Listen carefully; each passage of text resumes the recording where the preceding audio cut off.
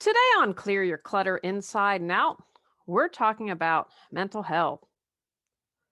What's the connection between our physical stuff and our state of mind? How can you be more aware of what you're really feeling? Do you feel alone in your depression or anxiety?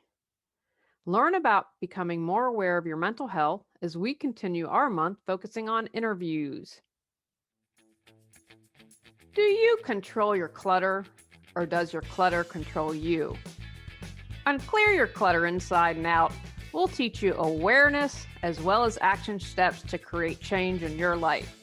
Come on, let's get started. This episode is kind of special because this podcast interviews writers and their struggles with mental health. And I am a firm believer writing has been such a huge part of my life always. I always read, I always wrote. And that was one of the reasons I was so excited to publish books because believe I wanted to do it. I know I wanted to do it for so long, and it was a big deal to me.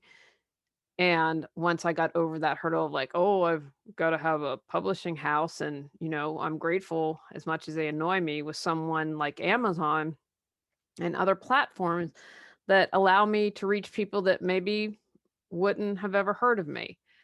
And if you've been listening a long time, I really keep it real and share my struggles with you. But this is a little bit of a different conversation around my mental health challenges. And I talk a little bit more about my depression and anxiety. And if you've been listening, especially for a long time, I've been doing Noom, which has been really great. But with everything that's going on with my mother, it just has completely gotten me off track. So it was one of those things I just have to accept. If eating soothes my anxiety with everything that's going on, that's okay. Like, eventually everything will get back on track. And sometimes you can only do what you can only do. And so Randy Lee Boslaw, and I hope I'm pronouncing that right, but she is super passionate. She's from Canada and she's doing a great job of addressing mental health. Her podcast is called Write or Die. She's also on YouTube. She is passionate about talking about mental health with authors. And I just think it's great. I think she's a one of a kind. I don't know anyone else doing a podcast like that. And I hope that you will check it out. I did an interview a couple months ago. I feel so strongly about this topic that we need to have more conversations around it and taking the stigma away. One of the reasons I really keep it real is I want people to see, one, you can change and grow, you can become whole again, and to not feel like you're alone. Because when someone shares struggles, then that allows others to open up about their struggles. So sit back and enjoy my conversation with Randy Lee. And welcome to the Write or Die Show. I am your host, Randy Lee Boslaw. Today I am talking to Julie Carocchio. Welcome, Julie. Super excited to have you on the show. I am excited to be here. And so before we hit record, we were discussing Julie's background, which is beautiful, and discussing how I match now because it's all green. Yeah. We do. Green is good. And the day after Earth Day, so eco-friendly. Oh, there you go. And it is the mental health color on the ribbon. Oh, I did not know that. Thank you. Yes.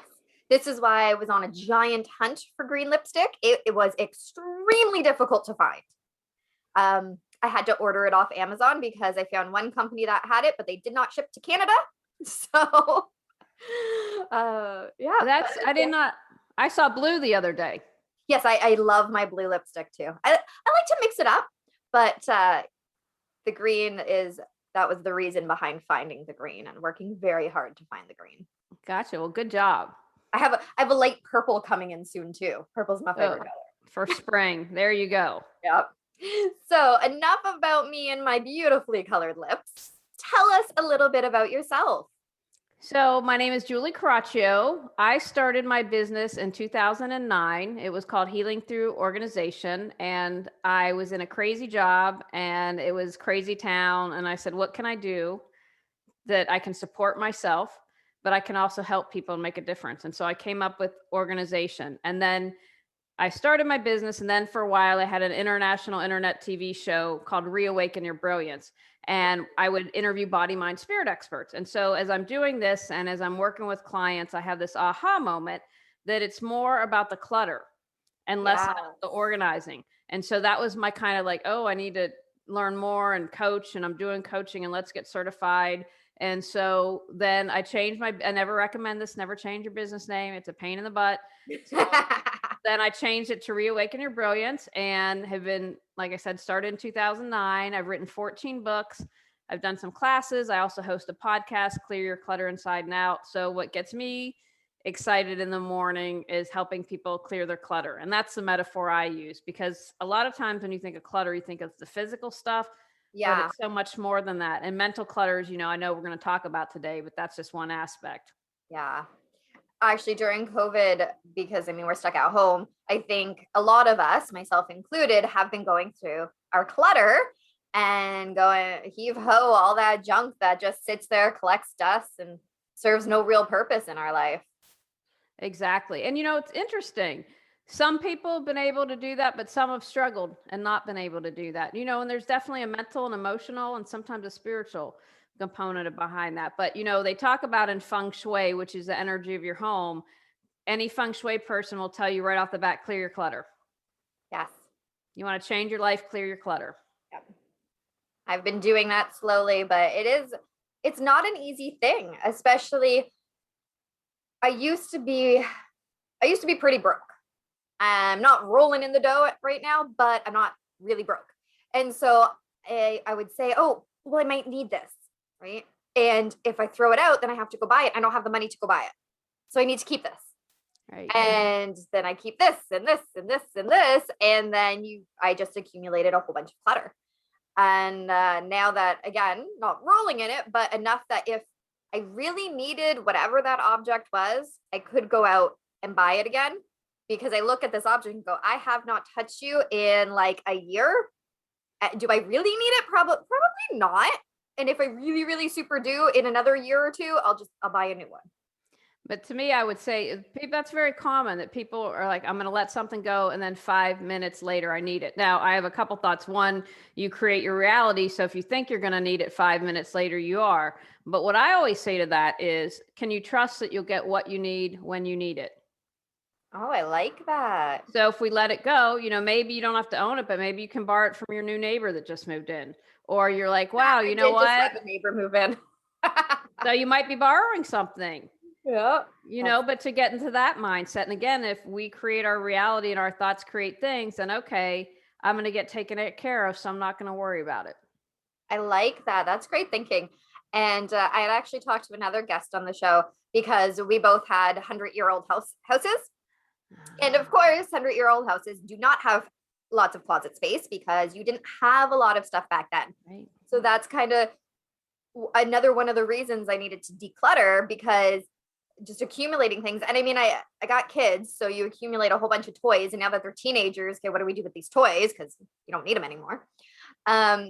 But yeah, you accumulate this stuff, and without having cupboards, it's very obvious we have more than we need. Yeah. Especially in developed nations. Yes. It's different in other parts of the world, but that also drives into consumerism, because what are we told day in and day out? We're told it on TV, we're told on a magazine. We have to, success in quotes is defined by how much we have for many people. Yeah. Not everyone, but that's, I think, is a large part of the drive behind it. I think one of the good things about COVID is it made maybe some people stop and think, and is this, wow, let's reevaluate. Yeah. Yeah, that's what it did for me. So, like I said, rearranging the house, getting rid of stuff, starting the channel, following passions, looking at the benefits of what it brought. It did bring a lot of hardships for a lot of people, but I tried to take the positives out of there. So, what kind of mental health struggles have you dealt with in your past or present? Depression and anxiety. And I learned a long time ago, I'll never forget, I was living in Los Angeles, and because I wrote it in a nicer way and something that I was working on. But depression is anger turned inwards. And that was a big aha moment for me. And for me, that rings true. Yeah. And I think I'm saying this correctly. I think depression and anxiety are the same side of the coin, or different sides of the coin, but are very similar. And Yeah. I want to share an aha moment about anxiety, because I've had a lot of anxiety recently and was talking with someone, and it kind of goes to the same thing of depression being anger turned inwards, is that we get anxiety when we don't express ourselves. Well, Okay. when you start to get anxiety, what is it that you need to say or do? Which I thought, so I've been contemplating that and chewing that around in my brain, and I just wanted to share it with you and your listeners and Yeah. Oh my. viewers. So just this week, I have been feeling very anxious, having a lot of anxiety. And it was because I had something I needed to say, and I was really scared to say it, didn't know how it would be received, and just what words is it that I can use.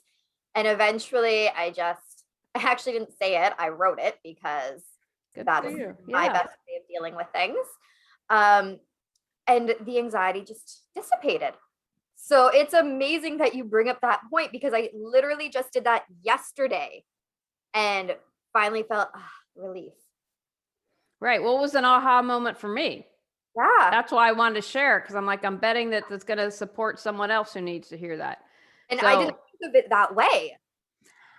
not at all. I wouldn't have thought of that either. And I'm talking about, have talked before multiple times about feeling your feelings and expressing yourself, but I never connected it with anxiety until someone Yeah. gave me that perspective. So I was like, wow. So that's a good thing to check in with yourself if you're feeling anxious. And, maybe it's even to express, what, I'm afraid right now. I'm Yeah. scared, right? It doesn't have to be some like like it's I'm blah blah blah blah blah this detail. It's just like I'm afraid, and okay, now to express that. Yeah. Wow. Within the first 10 minutes of the show, you just gave me an aha moment, and I love it. Thank you.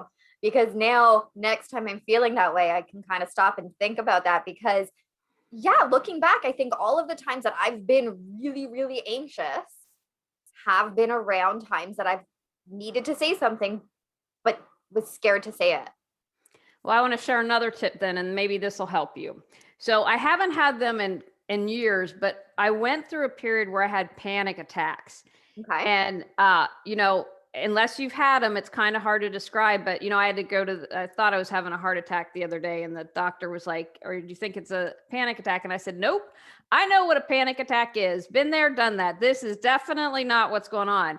And so what someone said to me is, like when you and it's are having a panic attack, it's like you're literally leaving your body. You're not grounded. You're not in your body. So they said if someone's there, have someone hug you to kind of contain you and your body to help bring you back, to bring down your anxiety and your panic. And if you don't have someone there, to wrap a blanket tightly around yourself.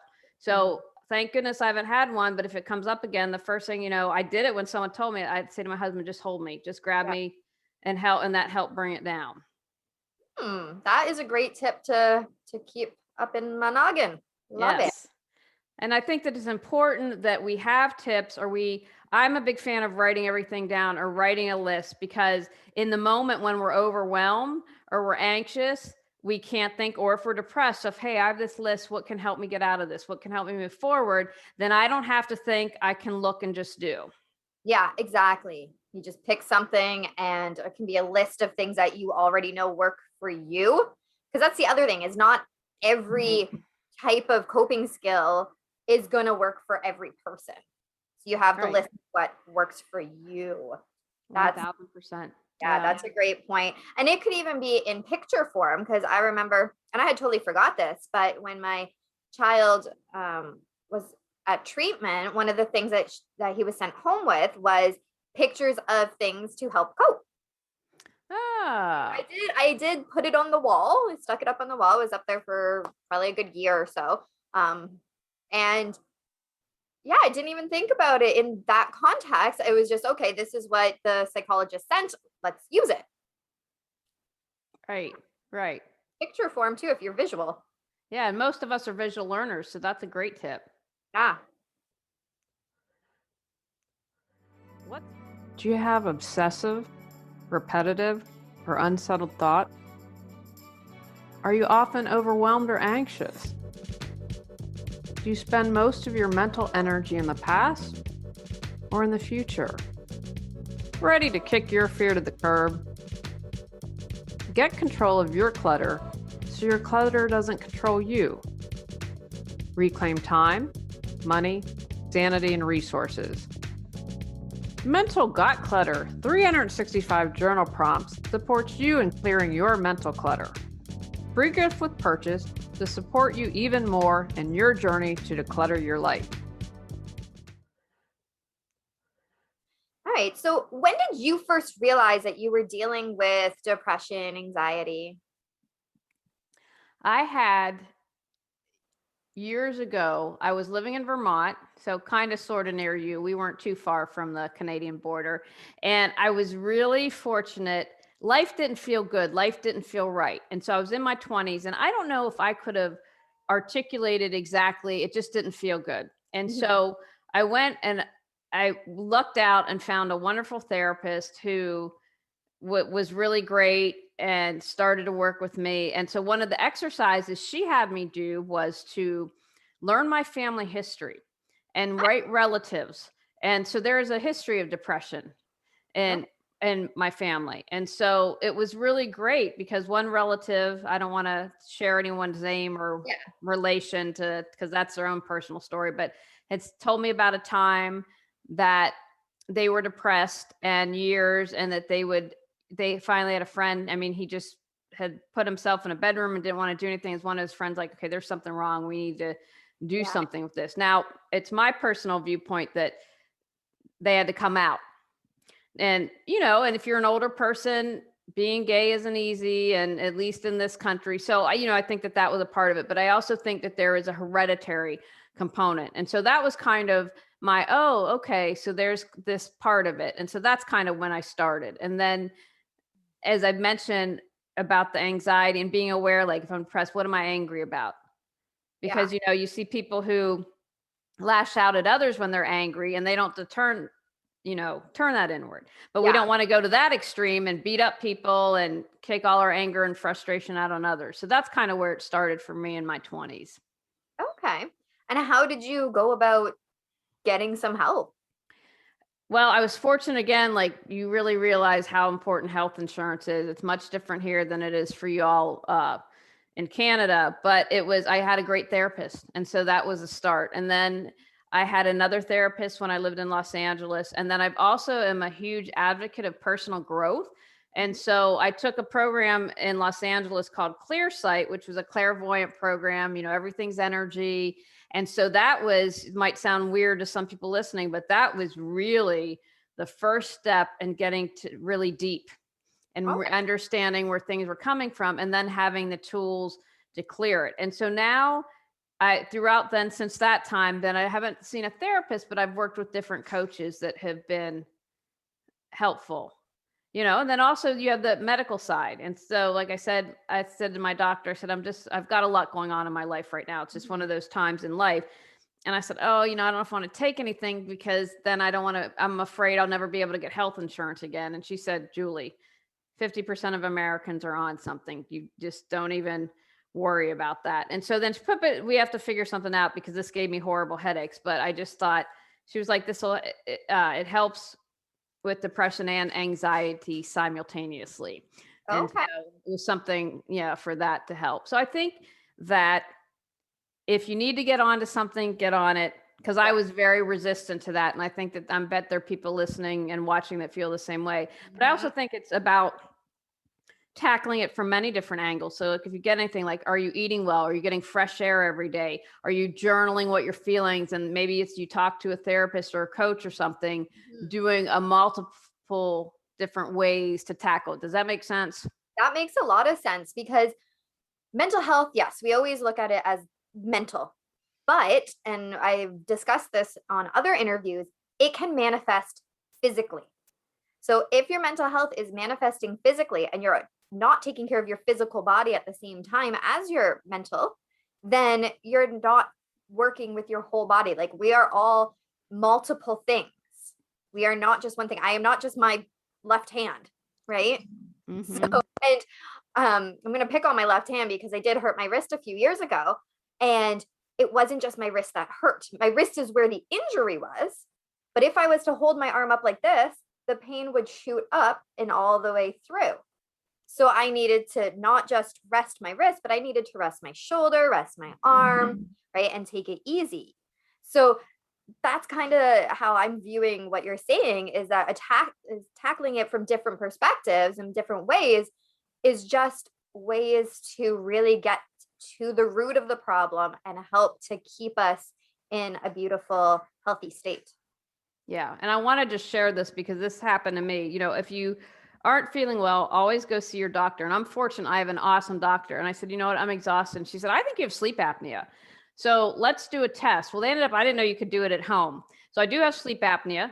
I've been on the machine about a week and I'm still tired, but I would be in bed and go to bed and, have restless sleep and be in bed for 10 hours or whatever. I'm in bed 6, 7, 8 hours.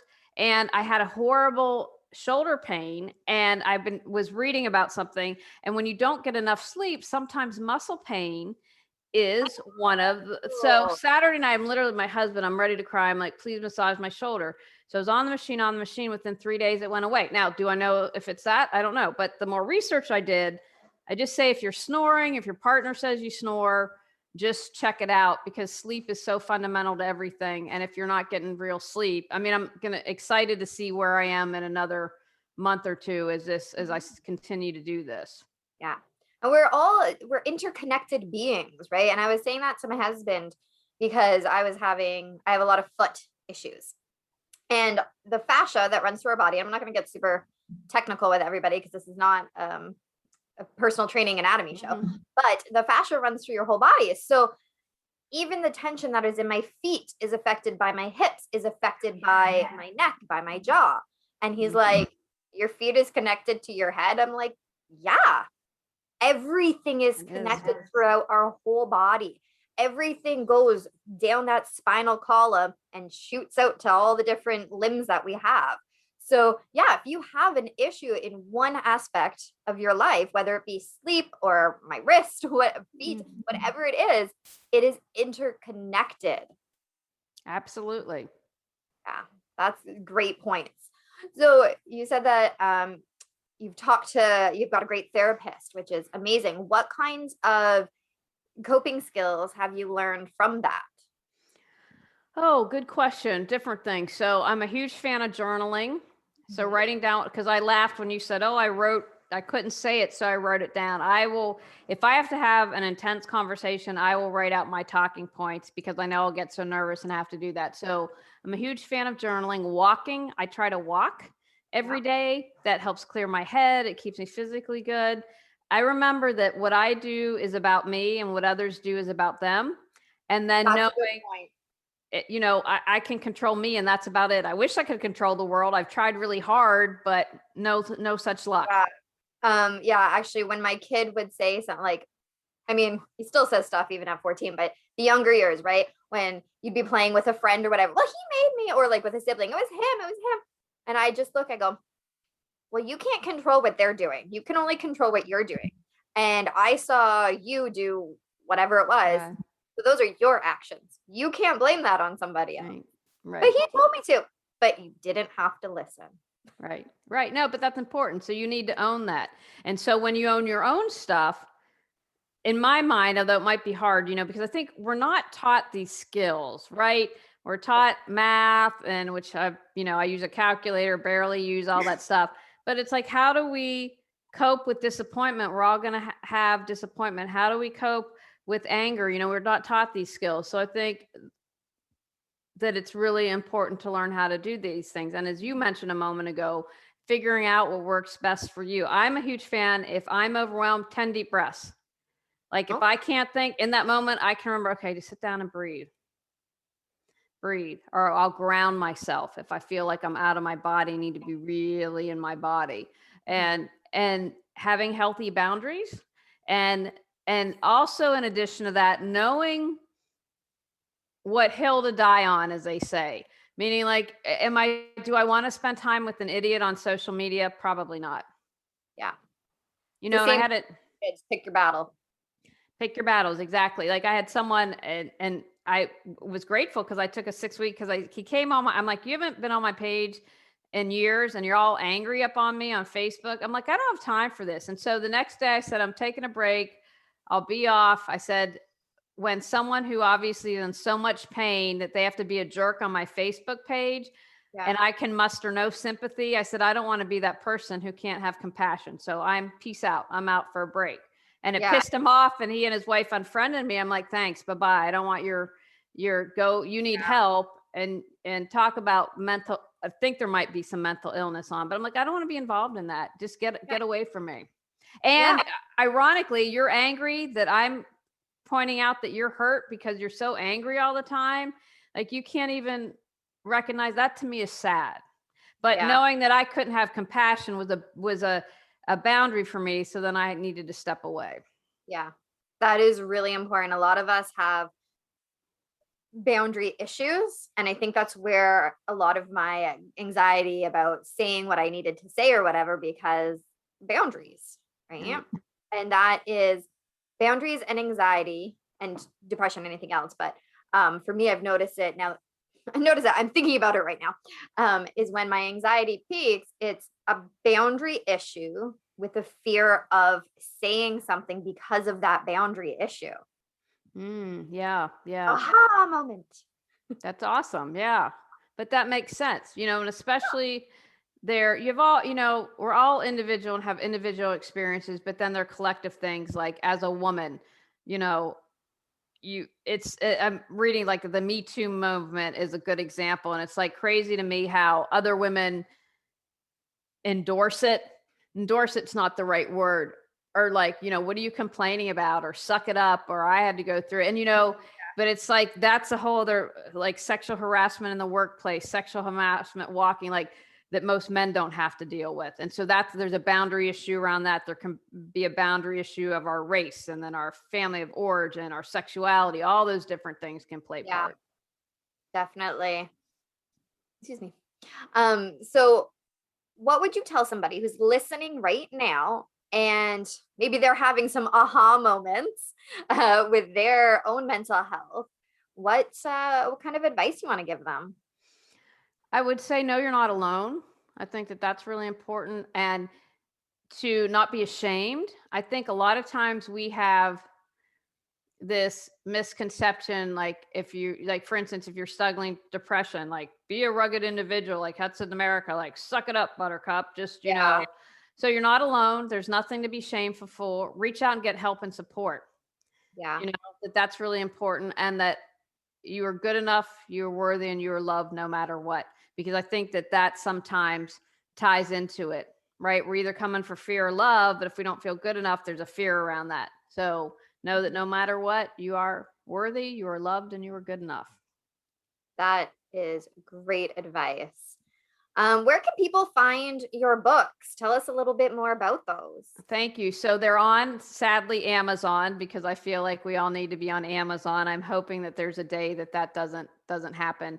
And they can also find them at my website, reawakenyourbrilliance.com. And I have a book called Clear Your Clutter Inside and Out, which talks about physical, mental, emotional, and spiritual clutter, and a companion workbook if you really want to get to it and write it down. And then I also have, which I love, are 12 journal prompt books, because I believe you have the answers within. I see my job as supporting you and bringing those out. So there's one on mental clutter, emotional, holiday. We got it all there, relationships, finance, health. And it's about taking you through and having you answer the questions. Then I do something a little differently that I haven't seen before in other books is I encourage you, once you answer the question, take out what's most important. What did you just learn from writing down that answer? Because if you have clutter in your life, you're overwhelmed. And then it Mhm. also teaches you how to create a plan to take action, because what awareness plus action equals change. So once we're aware, we need to do something to move forward and change our lives. That is a great point. Love that. And where can people find you and follow you?